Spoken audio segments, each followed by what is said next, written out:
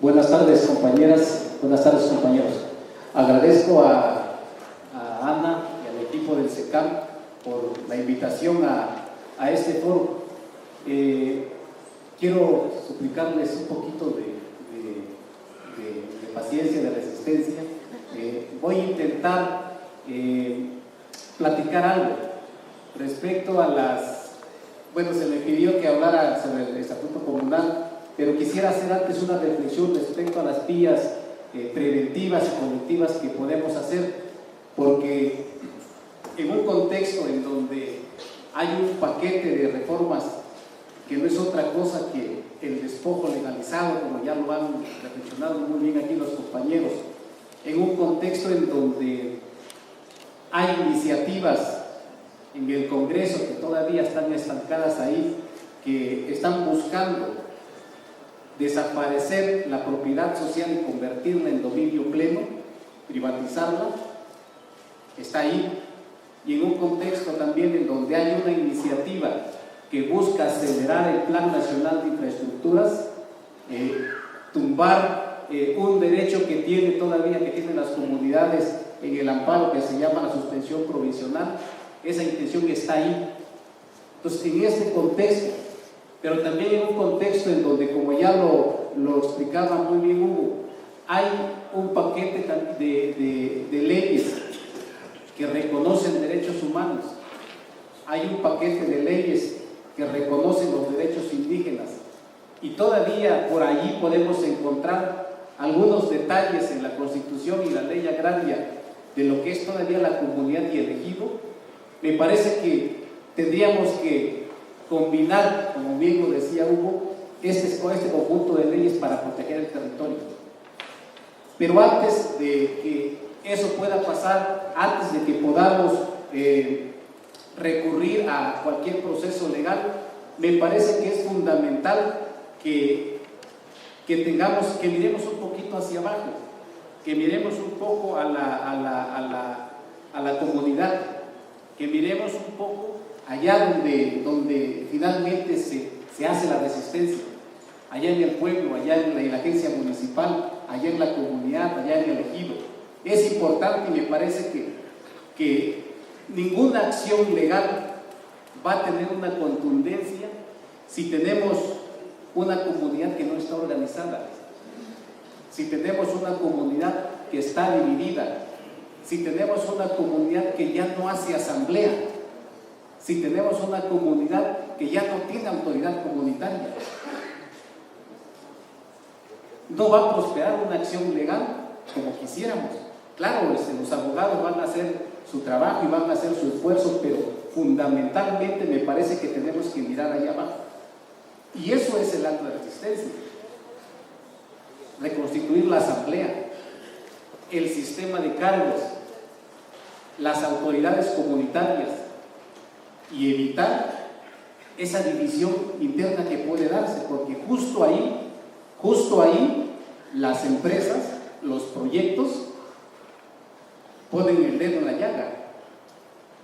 Si hay una comunidad que ya no tiene asamblea, es cancha abierta para los proyectos mineros, hidráulicos, Comisión Federal de Electricidad y demás. Es una condición favorable a ellos. Entonces, a mí me parece que es fundamental entonces que tengamos una comunidad organizada. Y esto yo creo que nos toca a todas y a todos trabajar por ello. La otra es el tema de la información. Celebro que este evento se esté dando con autoridades que yo estoy viendo por ahí, compañeros y compañeras que están en procesos de resistencia. Se están movilizando con sus propios mecanismos, con sus propios recursos, con sus propias estrategias, pero lo están haciendo de manera informada. Y qué bueno que se dan este tipo de eventos, porque la información moviliza. Cuando una comunidad sabe que hay una concesión minera en su territorio, la superficie que abarca, los impactos que va a tener una empresa, y está organizada, esa comunidad se empieza a movilizar. Y me parece que ese es un acto preventivo, informarse. Claro que en este gobierno en el que estamos es difícil que la información te llegue a la comunidad, hay que buscar los medios, Hay investigadores, hay gente, hay organizaciones que te pueden aportar esa información, y eso me parece a mí fundamental antes de iniciar cualquier acción. Y me parece también que es importante, como una medida preventiva, que se constituya una instancia para la defensa del territorio. Lo han hecho comunidades en Oaxaca, en Capulalpan de Méndez, lo han hecho comunidades en Magdalena Tequipán, lo están haciendo ahora comunidades en la región Chontal de Oaxaca. Esta figura de los comités o las instancias comunitarias para defender el territorio, porque muchas veces justo son a las autoridades a quienes cooptan los intereses económicos, y entonces pensar en esa instancia me parece que es fundamental. Hay que hacerlo, es necesario hacerlo, porque la defensa del territorio pues es de todos y todas. Quise reflexionar un poco esto porque son condiciones previas que se deben dar en una comunidad para iniciar cualquier acción, por más chiquita que sea o por más enorme que sea. Llegar a la lectura es fundamental, me parece, estos tres elementos. Y me quedo reflexionando con lo que plantea Hugo. La vía legal, decía Hugo, ya pareciera que está agotada, pero está el campo de los derechos humanos y los derechos indígenas. Yo diría, combinemos. ¿Habrá una posibilidad si combinamos ambas reglamentaciones para hacer algo? Yo creo que sí. Si por un lado tenemos un artículo 2 que reconoce medianamente a pueblos y a comunidades indígenas y a un sistema de reglas comunitarias, a ese sistema normativo, como se llama en Oaxaca, hay que retomarlo, hay que usar todavía esa posibilidad de crear normas comunitarias justo para defender el territorio. Si en el ámbito internacional tenemos un convenio 169 que reconoce al pueblo indígena, que reconoce al territorio más allá de la tierra, que reconoce el derecho preferente de los pueblos y comunidades indígenas al uso de sus recursos, si reconoce la relación espiritual que los pueblos tienen con sus territorios, si reconoce la espiritualidad comunitaria, ¿podremos usar estas herramientas para defender el territorio? Si todavía aún revisamos la Constitución y en el artículo 27 se reconoce todavía la personalidad jurídica de los ejidos y de las comunidades agrarias, y reconoce como máximo órgano de toma de decisión a la asamblea, y reconoce a los comuneros, a los comisariados de bienes comunales y a los comisariados de bienes ejidales como la instancia que ejecuta los acuerdos de la asamblea, ¿podemos con ello hacer una defensa? Yo creo que sí. Y en este sentido, a mí me parece de fundamental importancia algunas herramientas que ya se están realizando en algunas comunidades. ¿A qué me refiero? Y quiero compartirlo porque esto lo han vivido ya algunas comunidades. Se está debatiendo por ahí la declaración de territorios libres de minería o de cualquier proyecto que afecta al territorio. Hay un debate en varias organizaciones, en varias comunidades. Cuando esto se estaba discutiendo en una comunidad indígena del Valle que se llama Magdalena Tequipán, el Consejo de Ancianos, las autoridades dijeron, lo vamos a hacer. Ya sabemos que hay un convenio 169, que existimos como comunidad, que hay varios derechos que nos reconocen al territorio. Declaremos nuestro territorio, pero no libre de minería, sino prohibido para la minería y cualquier proyecto que nos afecte. Lo dijeron, bueno, hagámoslo, ¿y de qué manera lo vamos a hacer? Hay para mí dos vías que podemos empujar, dependiendo un poco también de la legislación en los estados. Por ejemplo, tenemos una primera vía que es finalmente una vía administrativa. Usemos las declaraciones, las sesiones solemnes de cabildo. En el caso de Oaxaca, la ley orgánica municipal reconoce esta sesión solemne de cabildo, reuniones especiales con carácter de mucha importancia, en su ley orgánica municipal. Y entonces en el caso de Magdalena Tequipá y en el caso también de Capulalpan de Méndez, declararon su territorio prohibido para la minería en una sesión solemne de cabildo. Es decir, se reúnen las autoridades, el ayuntamiento completo, presidente, los regidores, las autoridades administrativas, las autoridades tradicionales, en sesión pública. Hay testigos de honor presenciales ahí, o testigos de la resistencia, le llamo yo, ¿no?, de otras autoridades, de otras comunidades que también están buscando alternativas para defender su territorio. Y lo han hecho así. Quizás esto es un acto, por un lado, administrativo, porque es de carácter municipal, lo hace el ayuntamiento, pero también es un acto jurídico, porque lo está estableciendo, esa figura de la acción solemne lo está estableciendo una ley orgánica municipal. Y además es un acto político porque la comunidad se compromete a defender su territorio, lo hace públicamente y además le manda un mensaje a los interesados en meterse a despojar el territorio. Entonces me parece que eso es fundamental. Esa es una experiencia que se está haciendo en comunidades como Capulalpan, ya les decía, como Magdalena Tequipá, incluso con un ayuntamiento en la costa de San Pedro de Tutepec, frente a un proyecto hidráulico, lo han hecho. Entonces, es una experiencia que quiero compartirles y hay que revisarlo más a detalle en la legislación en sus municipios, en sus comunidades. Esa es una manera. Esa declaración de territorio prohibido también para la minería se puede hacer desde el punto de vista agrario. Todavía, yo decía, existe afortunadamente la comunidad agraria y elegido constitucionalmente. Existe el Comisariado de Bienes Comunales y el Comisariado de Bienes Ejidales. Todavía están esas instancias ahí. Y todavía hay comunidades que tienen su asamblea.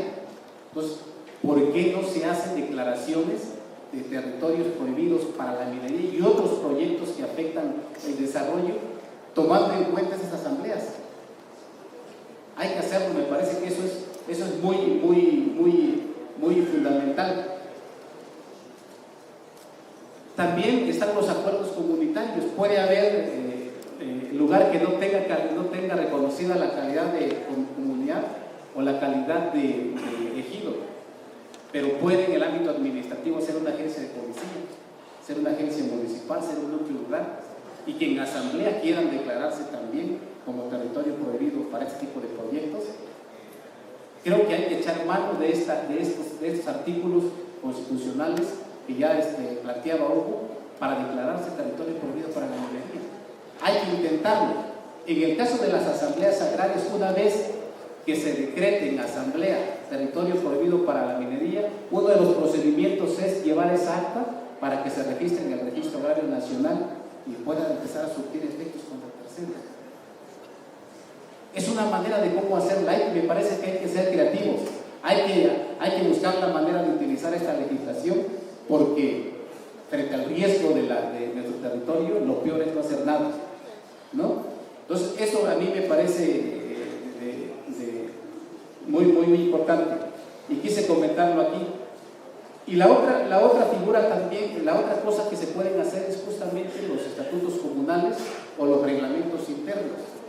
Todavía en la ley agraria hay un artículo ahí que es el 23, me parece que es el 23, fracción primera, segunda, que hace referencia a que las asambleas, los ejidos y las comunidades pueden elaborar su estatuto comunal o su reglamento interno. O si ya lo consideran que está rebasado, está caduco y ya no les funciona, lo pueden volver a realizar, lo pueden actualizar. Y esa es otra manera de cómo se pueden hacer herramientas preventivas y de qué manera también estas declaraciones de las que estoy hablando pueden verse reflejadas en un apartado del Estatuto Comunal. Y en el caso de Magdalena Tequipá lo han hecho. Este contenido de la declaración que hicieron en la sesión solemne lo pasaron al Estatuto Comunal y se convirtió en una regla, en una norma comunitaria. Están en un proceso de debatir en asamblea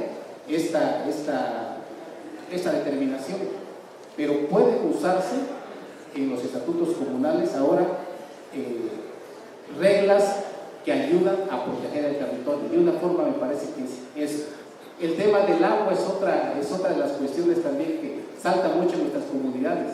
Cómo proteger los ojos de agua, cómo proteger los lugares sagrados, porque muchas veces estos ojos de agua son un punto importante de reverencia de la comunidad para pedir la lluvia. Y una manera de protegerlos es justo el estatuto comunal. Y las reglas las hace la gente. Las reglas las hace la asamblea, no las hace el abogado, no lo hace la procuraduría grande. La tiene que hacer la asamblea, la comunidad, en un debate abierto y en un debate informado. Me parece que el estatuto comunal da también para eso.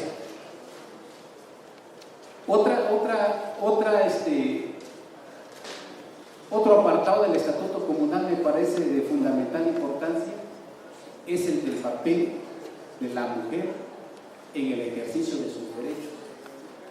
Cuando uno empieza a revisar los movimientos en defensa del territorio, son las compañeras las que hacen la acción principal.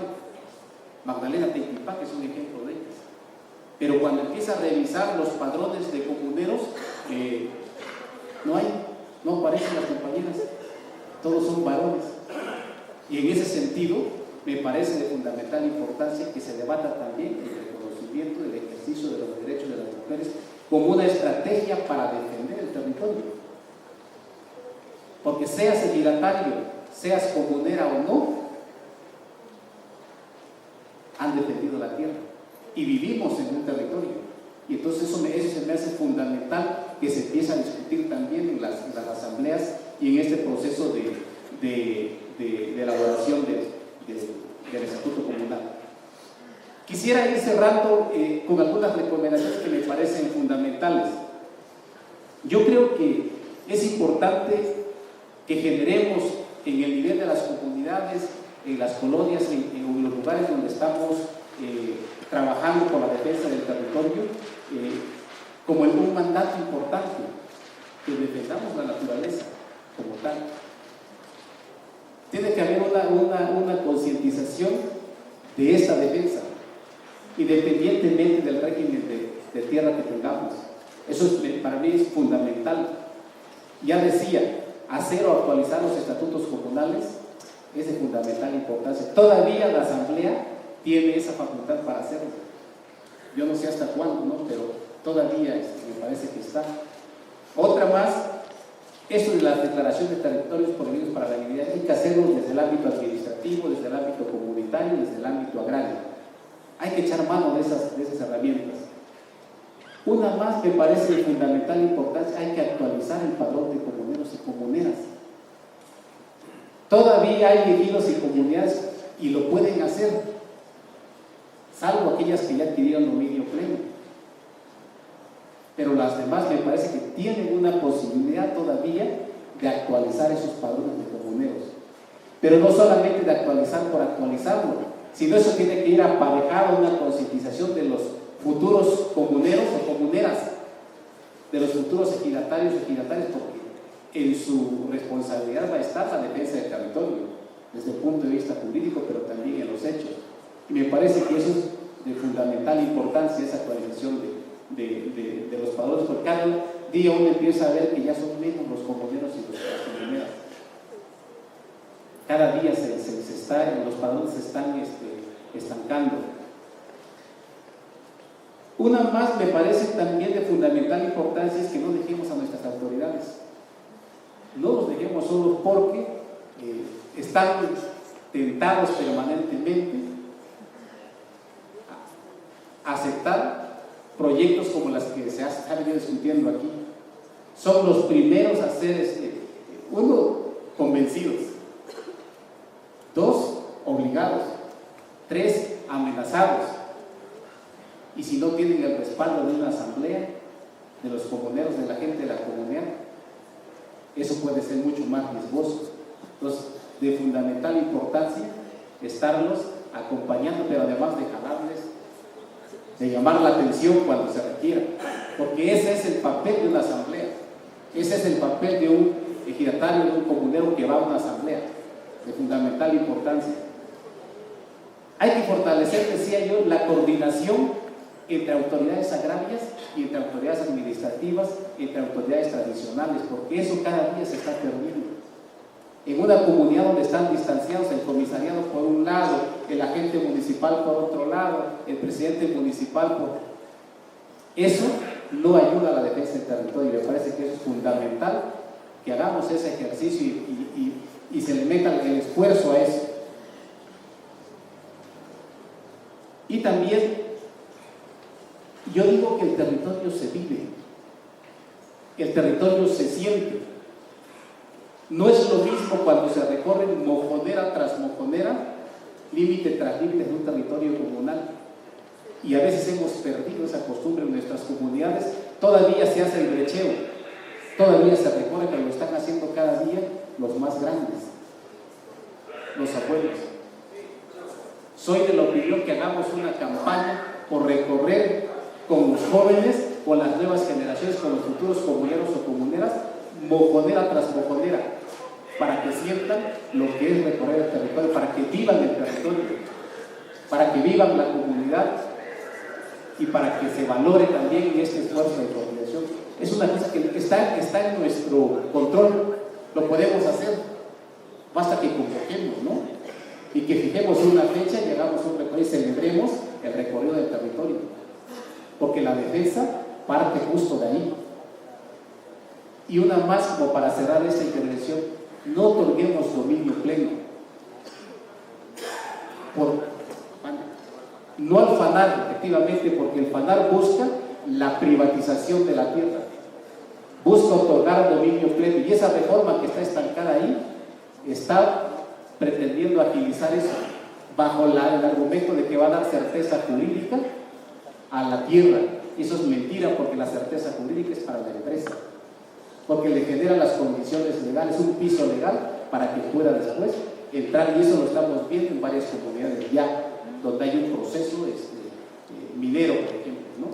Entonces, no otorguemos dominio pleno. Todavía tiene la facultad la Asamblea de decir no al dominio pleno, como lo ha hecho Paso de la Reina. Eso es para mí fundamental. Con esto quiero pues agradecer su paciencia y muchas gracias de nuevo por la invitación.